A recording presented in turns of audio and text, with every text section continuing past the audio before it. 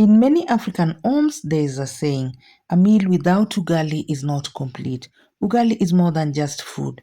It's a symbol of family, unity, and strength, from the youngest child to the eldest grandparent. It's the dish that brings everyone together around the table. Today, I will be showing you how to make this simple yet timeless staple that has nourished generations. Let's get to the video. And we are making white ugali. This is sifted maize flour. So you need to have some maize flour with you, like this one of mine, and some water. Step 1, we begin with clean water in a sufuria and place over a medium heat. And the quantity depends with the number of people you want to serve. Like mine is just for me alone. Allow it to come to a gentle boil. Sprinkle some flour into the water. This will confirm when your water has come to a boil. And this is the foundation for our ugali. Step 2. Once the water is boiling, slowly add your maize flour while spreading it all over and allow the water to come to a boil and run over the maize flour. This is another way to confirm your water was fully boiled.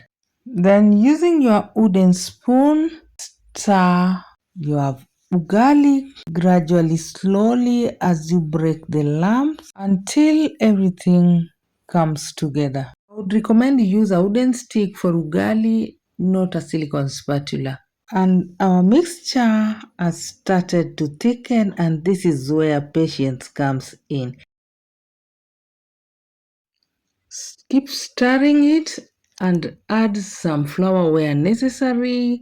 This one you're going to add it continuously, little by little, as you stir, and this will prevent lumps and gives us that smooth texture we all love. Press the ugali against the sides of the sufuria to ensure all the lumps are broken, and turn it over for proper distribution of heat. Leave it untouched for 1 minute to trap more heat.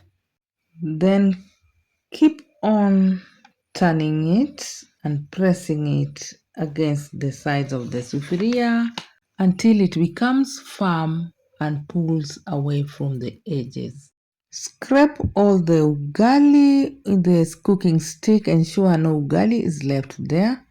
Then leave it again for 1 minute for even distribution of it. Then continue until we have that firm, smooth ugali and very hot and not so soft, not too hard. Leave it again to trap the heat. Thanks for stopping by and welcome. If you're coming across my video for the first time and you like what you're seeing, kindly consider subscribing, share, like, and watch the video up to the end. And for more amazing recipe, press the notification bell so that you don't miss each and every recipe. Then cover with the lid to trap more heat. If you want to know when your ugali is ready, the crust will start peeling on the sides and your bottom of the sufuria burns and the room is filled with smell of ugali all over. When it reaches that perfect consistency, not too soft, not too hard, dip the cooking stick in cold water, then gently shape your ugali into a round shape. This helps the ugali not to stick on the wooden spoon anymore. And our ugali is ready. Turn it onto a clean plate and shape it to a beautiful round shape.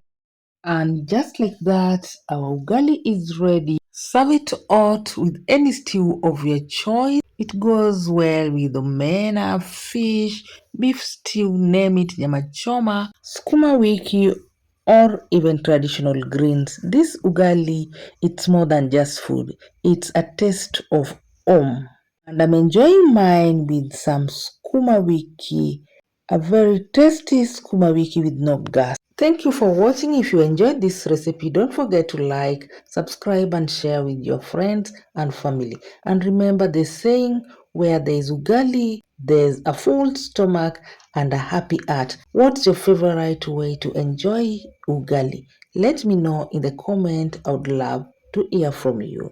If you missed the brown ugali recipe, check the link in the description box and the end screen. I will see you in my next